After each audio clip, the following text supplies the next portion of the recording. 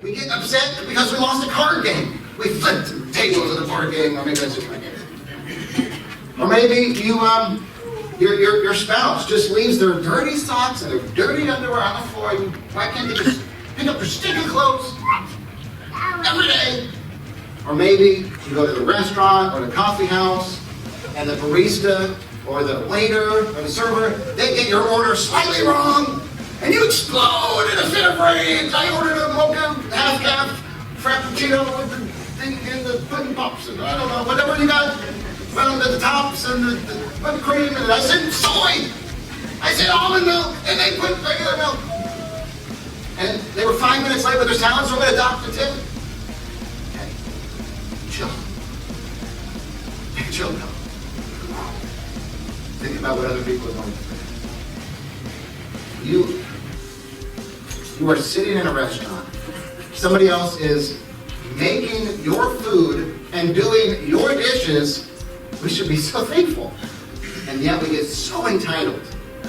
And when we get entitled, we get angry when people mess with our expectations and our perfect world. We think things should be like this. We think life should be like this. And when it's not, when people have not met our perfect expectations of them, then we just explode. We turn into the Hulk. And people in our life run from us because they see that look in our eyes of rage. There's a rabbinic statement, not rabbits, but the rabbis of the Jewish world. And they have this statement. They say, anger is like a boiling tea kettle. Anger is like a boiling tea kettle. Once it overflows, you have no idea where it's going to run or who it's going to burn. Anger is like a boiling tea kettle.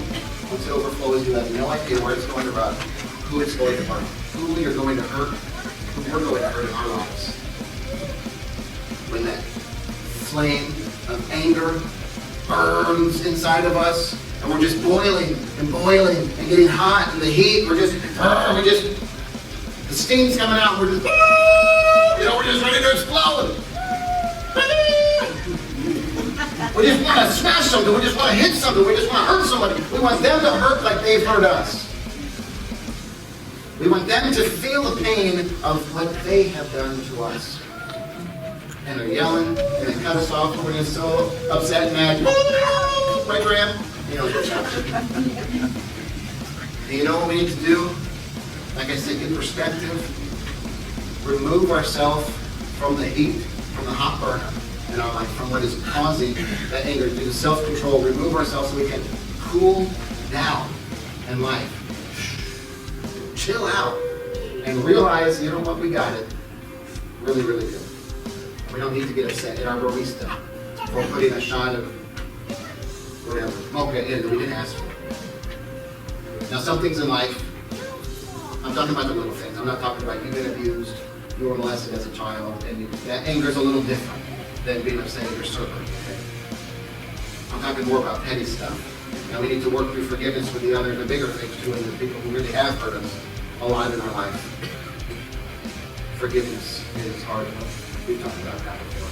The anger over the petty stuff. We just need to learn to chill.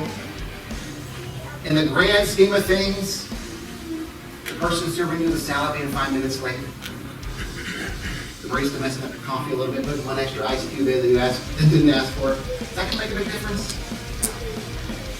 In the scheme of eternity, so much of what we get angry about is just so silly.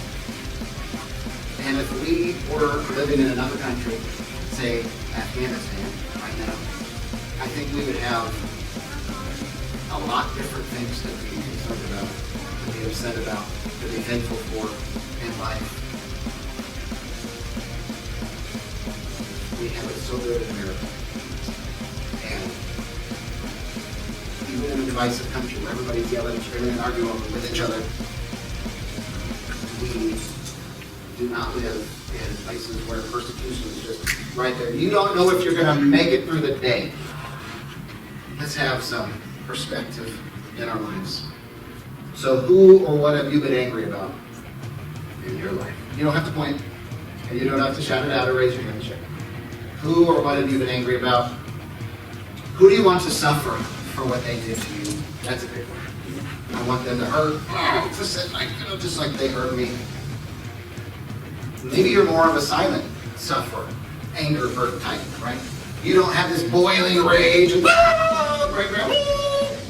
don't have this boiling rage spilling over, running everywhere, burning other people. But maybe you're the silent sufferer. Maybe you're the quiet type who's just bitter inside, holding grudges. And you see that person walk by, and you're like, I hope you fall into a manhole, across the street. I hope they get hit by it. Some people today are like, I hope you get COVID and die. It's terrible.